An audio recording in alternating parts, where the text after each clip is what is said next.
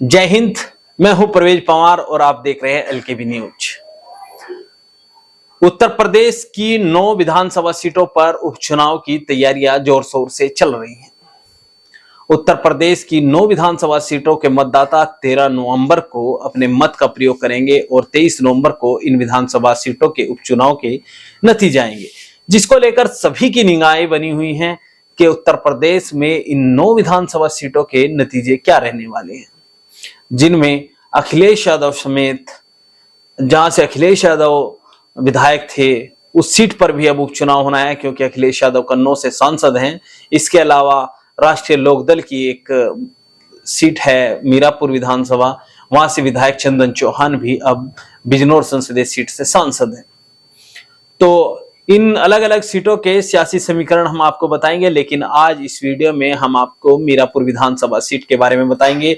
मीरापुर विधानसभा seat वैसे तो मुजफ्फरनगर जनपद के अंतर्गत आती है, लेकिन बिजनौर संसदीय सीट की यह एक विधानसभा सीट है, यानी विधानसभा जो ये मीरापुर है यह बिजनौर संसदीय सीट के अंतर्गत आती है, जिला मुजफ्फरनगर है। तो इसके सियासी समीकरण क्या है, इसको लेकर हम पूर्व में जो चुनावी नतीजे रहे उस पर तमाम डिस्कस आपसे करेंगे। अगर आपने अभी तक चैनल को सब्सक्राइब नहीं किया तो चैनल को जरूर सब्सक्राइब कर लें।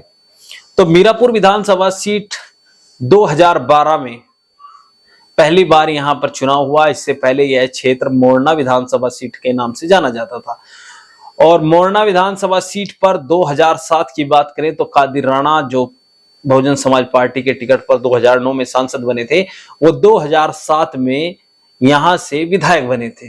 और 2009 में भी 2024 जैसे ही समीकरण थे, क्योंकि 2007 में जो सांसद बने 2007 में जो विधायक बने वो 2009 में सांसद बन गए, 2022 में जो विधायक बने वो 2024 में सांसद बन गए, यानी 2009 और 2024 यानी दोनों में यहां पर उपचुनाव हो रहा है। तो 2007 में कादिर राणा बहुजन समाज पार्टी के टिकट पर यहां से विधायक चुने गए थे 2007 में, और 2009 में बहुजन समाज पार्टी की सुप्रीमो मायावती ने उन्हें लोकसभा का टिकट दे दिया और वह मुजफ्फरनगर संसदीय सीट से सांसद चुने गए, जिसके बाद यह सीट रिक्त हुई और यहां पर उपचुनाव हुआ। और उपचुनाव में जो प्रत्याशी राष्ट्रीय लोकदल भाजपा की है, उस समय भी राष्ट्रीय लोकदल भाजपा का गठबंधन था, यही उम्मीदवार मिथिलेश पाल यहां से चुनाव लड़ी थी मोरना विधानसभा सीट से, और बहुजन समाज पार्टी से कादिर राणा के भाई नूर सलीम राणा चुनाव लड़े थे। इस चुनाव में मिथिलेश पाल ने जीत दर्ज कर ली थी। तो इसके बाद 2012 में यह सीट बसपा के खाते में चली गई। 2007 में भी बसपा मोरना से जीती थी, लेकिन 2009 के उपचुनाव में यह सीट राष्ट्रीय लोकदल के खाते में चली गई। उसके बाद 2012 में बहुजन समाज पार्टी ने अपनी इस विधानसभा सीट को अपने हिस्से में लिया और यहां से मौलाना जमील कासमी बहुजन समाज पार्टी के टिकट पर चुनाव जीते।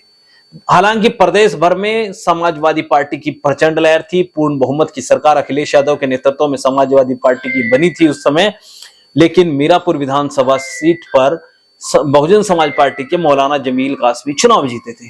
2017 के विधानसभा चुनाव में बड़ा दिलचस्प मुकाबला इस विधानसभा सीट पर सपा और भाजपा के उम्मीदवार के बीच हुआ था, और लगभग 100 मतों के आसपास से 100-200 मतों का अंतर इन भाजपा और सपा में जीत कर रहा था, और भारतीय जनता पार्टी के अवतार भड़ाना यहां से विधायक चुने गए। यह सीट गुर्जर बाहुल्य भी है, मुस्लिम मतदाता भी इस पर बड़ी संख्या में है, इसके अलावा दलित मतदाताओं की संख्या भी अच्छी खासी इस सीट पर है, जिसके चलते 2007 और 12 में बहुजन समाज पार्टी ने दलित मुस्लिम समीकरण के सारे इस विधानसभा सीट को जीतने का काम किया। लेकिन 2017 के विधानसभा चुनाव में यहां पर जो चुनाव हुआ तो अवतार सिंह भड़ाना यहां से विधायक चुने गए, और जो लियाकत अली समाजवादी पार्टी के उम्मीदवार थे हाजी लियाकत, वो नजदीकी अंतर से चुनाव हार गए।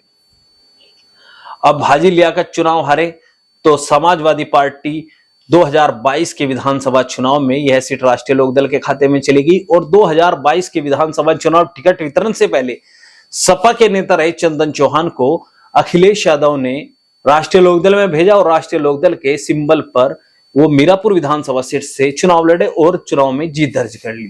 2022 में यह सीट सपा राष्ट्रीय लोकदल के गठबंधन से राष्ट्रीय लोकदल ने जीत ली। लेकिन 2024 के लोकसभा चुनाव आते आते राष्ट्रीय लोकदल और सपा में दूरी हो गई। राष्ट्रीय लोकदल सपा के बाद भाजपा से गठबंधन करके 2024 का लोकसभा चुनाव लड़ी और इस चुनाव में राष्ट्रीय लोकदल के चंदन चौहान जो विधायक थे मीरापुर से, वो जीतने में कामयाब रहे। सपा के दीपक सैनी यहां से चुनाव हार गए। तो इस सीट पर अब उपचुनाव है और उपचुनाव को लेकर भी अब हम थोड़ा आपको विस्तार से बताएंगे। आपको बता दें कि सपा, बसपा, आसपा और AIMIM चारों राजनीतिक दलों ने मुस्लिम उम्मीदवार चुनावी मैदान में उतारे। राष्ट्रीय लोकदल भाजपा गठबंधन से पूर्व विधायक मिथिलेश पाल जो 2009 के उपचुनाव में विधायक बनी थी, वो 2024 के विधानसभा उपचुनाव में राष्ट्रीय लोकदल और भाजपा गठबंधन की उम्मीदवार है। तो कादिर राणा की पुत्र वधु सुंबुल राणा सपा के उम्मीदवार हैं, अरशद राणा AIMIM के उम्मीदवार हैं, जाहिद हुसैन आसपा के उम्मीदवार हैं। इसके अलावा जो बहुजन समाज पार्टी है उससे शाहनजर उम्मीदवार हैं। इस विधानसभा सीट पर अभी तक जो देखा है उसमें दलित मतदाता अधिकतर चंद्रशेखर का रुख कर रहे हैं, लेकिन मुस्लिम मतदाता समाजवादी पार्टी पर एक बार फिर विश्वास करता नजर आ रहा है मीरापुर विधानसभा सीट पर। हालांकि असदुद्दीन ओवैसी की पार्टी से भी उम्मीदवार है, चंद्रशेखर आजाद की पार्टी से भी मुस्लिम उम्मीदवार हैं, बहुजन समाज पार्टी से भी मुस्लिम उम्मीदवार हैं, लेकिन अभी जो चुनावी कवरेज करके मैं वहां से आया हूं तो देखने में अधिकतर यही आया है कि मीरापुर विधानसभा सीट पर जो है वो मुस्लिम मतदाता अधिकतर समाजवादी पार्टी के पक्ष में जा सकता है। इसके अलावा राष्ट्रीय लोकदल और भाजपा की जो उम्मीदवार है मिथिलेश पाल, वो भी अपने जीत के लिए एड़ी चोटी का जोड़ लगाए हुए हैं। लेकिन जिस तरह से जाट और गुर्जर समाज पंचायत करके राष्ट्रीय लोकदल और भाजपा के खिलाफ मुखर हो रहा है, उससे कहीं ना कहीं राष्ट्रीय लोकदल की चिंता बढ़ रही है और राष्ट्रीय लोकदल की जो उम्मीदवार है मिथिलेश पाल, उसको लेकर कहीं ना कहीं इन दोनों जातियों में नाराजगी देखने को मिल रही है। आपको बता दें कि मिथिलेश पाल का जो टिकट हुआ है, मिथिलेश पाल भाजपा की नेता हैं, इससे पहले वह सपा में रही, लेकिन वो चुनाव लड़ना चाहती थी मीरापुर विधानसभा सीट से, सपा ने उन्हें टिकट नहीं दिया। उसके बाद उन्होंने अपनी राजनीति का दल बदला। राष्ट्रीय लोकदल के एक जाट नेता की माने तो जो राष्ट्रीय लोकदल के नेता रहे कि 8 उम्मीदवार मीरापुर विधानसभा सीट से चुनावी मैदान में थे। 8 उम्मीदवार यानी 8 दावेदार थे राष्ट्रीय लोकदल के सिंबल के, और उन 8 से अलग मिथिलेश पाल को टिकट दिया गया है, यानी मिथिलेश पाल उन 8 में नहीं थे। चंदन चौहान भी अपनी पत्नी हसीका चौहान के लिए टिकट चाहते थे और पूर्व जिला पंचायत अध्यक्ष रमान नागर भी अपने लिए टिकट चाहती थी, वो भी राष्ट्रीय लोकदल की नेता हैं। इसके अलावा पाल समाज के भी एक नेता हैं, वो भी यहाँ से टिकट चाहते थे। इसके अलावा जाट समाज से भी कई नेता राष्ट्रीय लोकदल का टिकट चाहते थे, और भी अलग अलग राजपाल सैनी पूर्व सांसद वो भी राष्ट्रीय लोकदल का टिकट चाहते थे। एक बार तो चर्चाएं चली थी कि राष्ट्रीय लोकदल ने उनके नाम को फाइनल कर दिया। हालांकि वह मजबूत कैंडिडेट हो सकते थे इस विधानसभा सीट पर राष्ट्रीय लोकदल भाजपा गठबंधन से, जैसा हमने देखा। तो कुल मिलाकर मीरापुर विधानसभा सीट पर अभी तक एक बार बसपा ने जीत दर्ज की है, एक बार भाजपा ने, और एक बार सपा राष्ट्रीय लोकदल गठबंधन ने जीत दर्ज की है। यानी मीरापुर विधानसभा सीट पर अभी तक सपा का खाता नहीं खुला, यानी सपा के सिंबल पर अभी तक मीरापुर विधानसभा सीट पर विधायक नहीं बना परिसीमन के बाद। तो क्या इतिहास बनेगा? क्या सुंबुल राणा पहली बार सपा के टिकट पर यहां से विधायक बनेंगी मीरापुर विधानसभा सीट से? यह देखने वाली बात होगी। लेकिन मीरापुर विधानसभा सीट पर जिस तरह का सियासी समीकरण बन रहा है, उससे कहीं ना कहीं ऐसा लग रहा है कि सपा और राष्ट्रीय लोकदल के बीच इस विधानसभा सीट पर कड़ा मुकाबला है। ऐसा किसी के लिए भी नहीं है कि बहुत आसान है कि राष्ट्रीय लोकदल आसानी से जीत जाएगी, या ऐसा सपा के लिए भी नहीं है कि समाजवादी पार्टी बहुत आसानी से जीत जाएगी।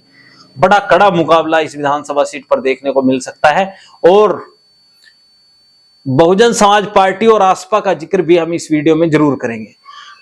बहुजन समाज पार्टी के कुछ नेताओं से हमारी बात हुई ऑफ कैमरा, तो उन्होंने कहा कि हम राष्ट्रीय लोकदल, माफ करना, आजाद समाज पार्टी से ऊपर रहेंगे। यानी उनका मानना था कि हम आसपा और बसपा की अलग ही लड़ाई है, उनका मानना है। इसके अलावा आसपा के एक नेता का कहना था कि हम बसपा से ऊपर रह जाएं और भारतीय जनता पार्टी राष्ट्रीय लोकदल गठबंधन चुनाव जीत जाए, इसमें ही आसपा की जीत है। ऐसा भी दावा राष्ट्रीय लोकदल के एक नेता द्वारा ऑफ कैमरा किया गया। तो ऐसी तमाम चर्चाएं हम आपके साथ लेकर आते रहेंगे। अगली विधानसभा सीट को के सियासी समीकरण भी हम आपको बताएंगे। अगर आपको यह वीडियो पसंद आई तो चैनल को जरूर सब्सक्राइब कर लें, वीडियो को शेयर करें और फेसबुक पेज पर